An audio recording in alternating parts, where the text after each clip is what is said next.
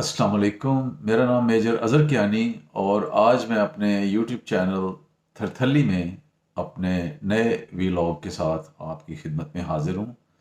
तो नाजरीन, आज मैं आपसे उस वीडियो के बारे में बात करना चाहता हूँ जिसको जनरल शुजा पाशा की वीडियो समझा जा रहा है और वो सोशल मीडिया पर भी जनरल पाशा के नाम से ही मशहूर हुई हुई है। जबकि हकीकत में जनरल पाशा का उस वीडियो के साथ दूर दूर का भी कोई ताल्लुक नहीं। और ये वीडियो दरअसल कैप्टन एजाज राजा की है जो कि अमेरिका में मुकीम है। मुझे उनकी 3 वीडियोस देखने का मौका मिला, जिनमें से मैंने चीदा चीदा पॉइंट्स नोट कर लिए हैं और जिनका मैं यहाँ पर जिक्र करूँगा। और व्यूअर्स, इससे पहले मैं आपको ये बताता चलूँ कि मैं फ़ौज का तर्जमान नहीं हूँ और अपनी इस वीडियो को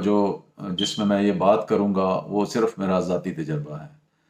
और आखिर में मुझे जो कैप्टन साहब के बारे में इनकी यूनिट 6 एफएफ की तरफ से कुछ फीडबैक मिला है, मैं उसका भी यहाँ पर जिक्र करूँगा, जिसको सुनकर मुझे सख्त हैरानगी भी हुई और उनके दिए हुए इस भाषण पर मुझे हंसी भी आई। नाजरीन, याद रखें कि फ़ौज में गुजारी गई ज़िंदगी और जिन लोगों के साथ आपने वो वक्त गुजारा हुआ होता है उनसे आपकी कोई बात छुपी नहीं रहती। और कैप्टन साहब को उन तमाम वीडियोस के बनाने से पहले और उसमें लंबे चौड़े लेक्चर्स देने से पहले इन तमाम बातों को मद्देनज़र रखकर फ़ौज के अंदरूनी निज़ाम और उसके शहीदों के बारे में बात करने की ज़रूरत करनी चाहिए थी। बहरहाल, हम इसकी तरफ बाद में आते हैं। आइए पहले चलते हैं और हम इनकी सबसे पहली वीडियो, जिसको इन्होंने 10 जून को अपलोड किया था, उस बारे में बात कर लेते हैं। तो व्यूअर्स, उस वीडियो में इन्होंने आर्मी मेस का जिक्र किया, जिसमें इन्होंने ये बताने की कोशिश की कि आर्मी मेसेस में शराब चलती थी और फिर ज़िया-उल हक का दौर आया तो क्योंकि उन्होंने इस्लामिक रूल को इंट्रोड्यूस करने की कोशिश की तो इस शराब को बंद कर दिया गया और जो कि आज तक बंद है। तो ये बात उन्होंने बिल्कुल ठीक बताई, लेकिन मेस में बार होने से कोई फ़र्क नहीं पड़ता क्योंकि ज़्यादातर पुरानी मेसेस जो अंग्रेज़ के ज़माने में बनी हुई थी, उनमें बार्स मौजूद थी। और जहाँ तक पीने पिलाने का ताल्लुक है तो बड़ी सीधी सी बात है कि जो उस ज़माने में नहीं पीता था वो आज भी नहीं पीता, और जो उस ज़माने में पीता था वो आज भी पीता है। तो फ़र्क सिर्फ इतना है कि आज लोग बंद कमरों में बैठकर शराब पी लेते हैं और इसमें सिर्फ फ़ौजी हजरात शामिल नहीं बल्कि मैं मजमूई तौर पर हमारी कुल आबादी इसी असूल के तहत चल रही है। बहरहाल, कैप्टन साहब ने इस बात को एक बहुत ही अनहोनी सी बात बनाकर पेश करने की कोशिश की और उसको ऐसे पोज़ किया जैसे कोई बहुत ही बड़ी बात है। तो टू कट इट शॉर्ट,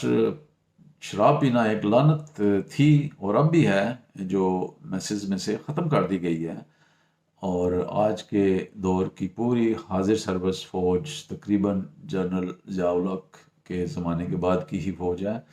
जिन्होंने अपनी सर्विस के दौरान ये चीज़ होते नहीं देखी। लिहाजा इसको इतना ग्लैमराइज करके पेश करने की कोई ज़रूरत नहीं थी। नाजरीन, मुल्क में आजकल वबा कुछ ऐसी चल रही है कि जो कैप्टन एजाज ने बयान किया वो मार्केट में हॉट है। लिहाजा इस वक्त का फ़ायदा उठाते हुए कैप्टन साहब ने मुल्क की सलामती के इस इदारे को एक कारी ज़रब लगाने की कोशिश की और चीज़ों को प्रोपेगेट करके पेश करने की कोशिश की। अनफॉर्चुनेटली वो ये बात भूल गए हैं कि ये वही फ़ौज है जिसने उनको एक टैक्सी ड्राइवर से कमीशन ऑफिसर बना दिया। और ये मैं नहीं कह रहा बल्कि इनके यूनिट के ऑफिसर ने हमें बताया है कि वो पहले पिंडी में टैक्सी चलाया करते थे। और व्यूअर्स, इसके बाद वाली जो बातें मैं बयान करने जा रहा हूँ, जिसमें इन्होंने हमारे 1965 के एक निशान हैदर शहीद पर भी शराब नोशी का इल्ज़ाम लगाया। This was a total lie and speaks very low of you, Captain Ijaz. बहरहाल नाजरीन, इनकी ये बचगाना स्टोरीज सुनकर सब ने यही कहा कि बेशक कुछ मखसूस वजूहात की बिना पर आजकल मुल्क में एंटी आर्मी वबा चल रही है और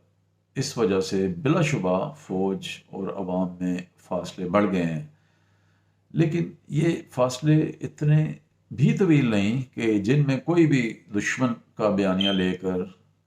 आकर घुस जाए और हम में प्रोपेगेंडा के ज़रिए गलत फहमियाँ पैदा कर सके और हमारी फ़ौज को कमज़ोर करने की कोशिश करे। नाजरीन, और ये सारी बात कैप्टन एजाज को इस शहीद के बारे में एक सूबेदार ने बताई जो 1965 में उस शहीद का बैटमैन हुआ करता था। जस्ट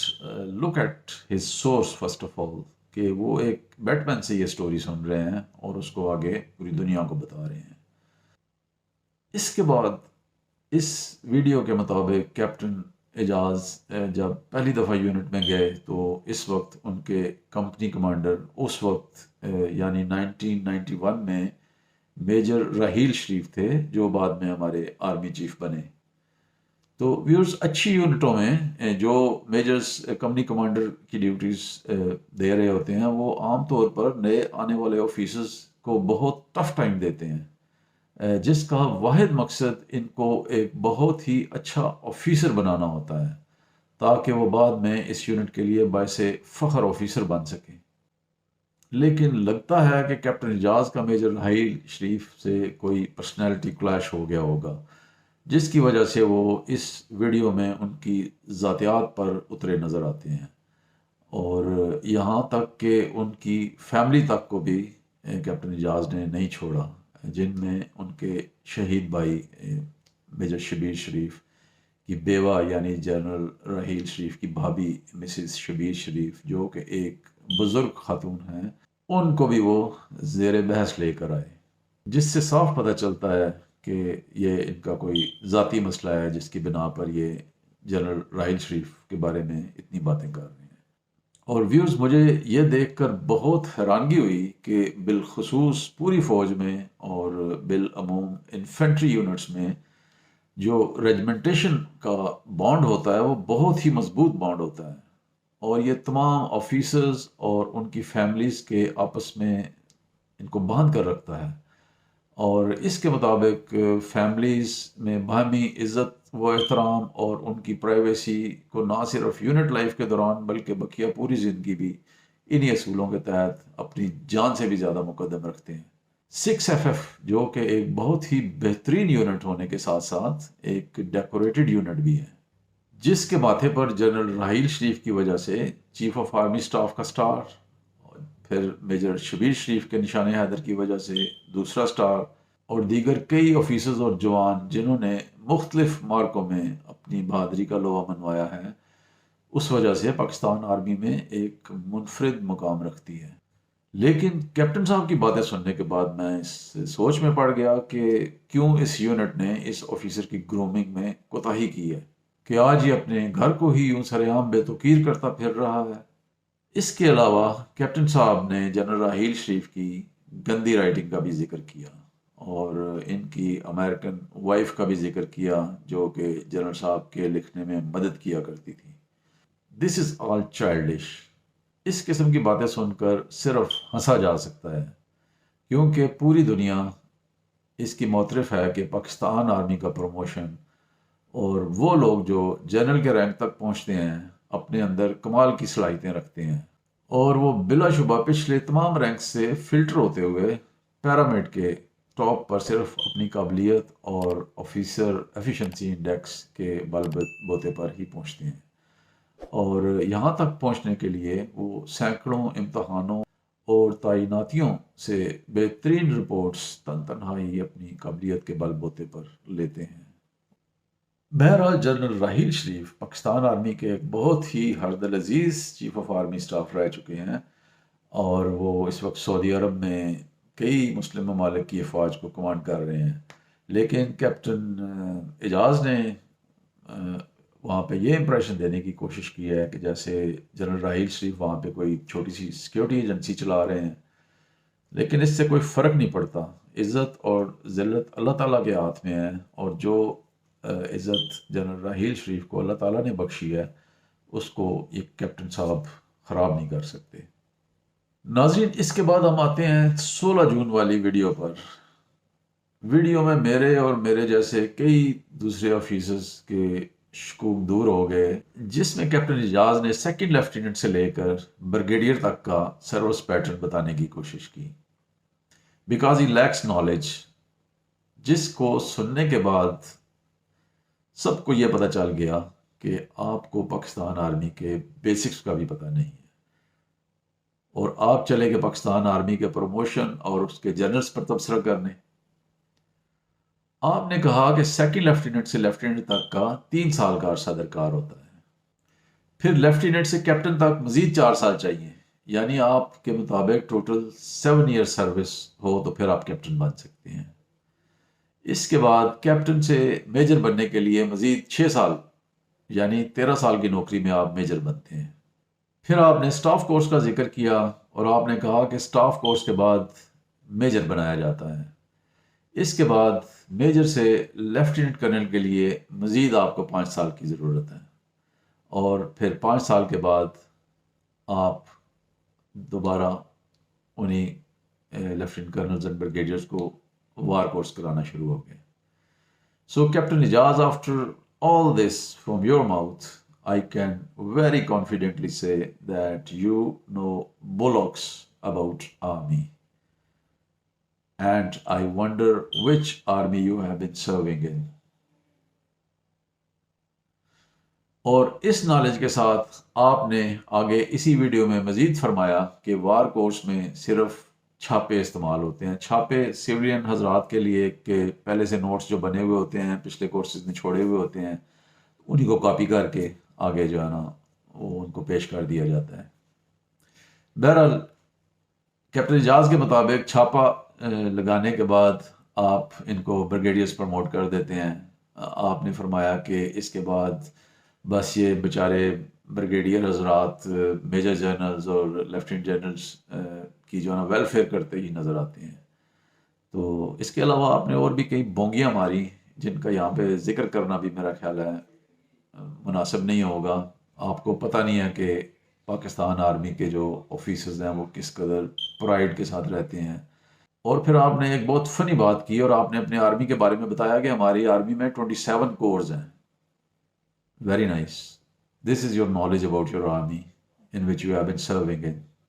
تو ناظرین، کیونکہ میرے سویلین بہن بھائیوں کی سمجھ میں یہ اوپر والی باتیں نہیں آ رہی ہوں گی، اور فوجی حضرات کے لیے جو میں نے اوپر لکھا ہے ان کی انٹرٹینمنٹ کے لیے یہ کافی ہے، لہٰذا سویلینز کی آسانی کے لیے میں یہاں پر آپ کو ایک چھوٹی سی مثال دیتا ہوں، کیونکہ آپ کو اس پیٹرن کا پتہ ہے تو you will really enjoy after that, اور اس کے بعد آپ کو پتہ چل جائے گا کہ کیپٹن صاحب کا فوج کے بارے میں کتنا نالج ہے۔ تو ویورز فرض کر لیں کہ ایک آدمی یہ کہتا ہے کہ میں ڈاکٹر ہوں، اور آپ کو یہ بتاتا ہے کہ میں میٹرک کے بعد میڈیکل کالج چلا گیا تھا، 2 سال پڑھنے کے بعد پھر میں نے اسپیشلائز کر لیا، جہاں پر صرف میں نے چھاپوں کی مدد سے امتحان بھی پاس کر لیا، اور پھر دوبارہ میں نے ایف ایس سی میں داخلہ لے لیا، اور پھر اس کے بعد میں نے مزید 7 سال لگا کر MBBS مکمل کر لیا۔ اور اگر آپ کو وہ یہ بھی بتا دے، جس طرح انہوں نے 27 کورس کے بارے میں بتایا، تو اگر وہ ڈاکٹر آپ کو یہ بھی بتا دے کہ جی ہمارے پاکستان میں تقریباً 900 میڈیکل کالجز ہیں، اور ویوز اس کے بعد وہ ڈاکٹر صاحب پاکستان کے چوٹی کے کچھ ڈاکٹرز پر تنقید بھی کرنا شروع کر دیں، اور وہ آپ کو بتائیں کہ جی فلاں اسپیشلسٹ ڈاکٹر جو ہے وہ اس نے تو نقل ماری تھی اور وہ پاس ہو گیا تھا، اور ان کی بیوی ان کے نوٹس لکھا کرتی تھی، کیونکہ ان کی بیوی کی بہت خوبصورت رائٹنگ تھی تو وہ ان کو نوٹس لکھ کے دیا کرتی تھی، تو اس وجہ سے وہ پاس ہو گئے اور اسپیشلسٹ ڈاکٹر بن گئے، اور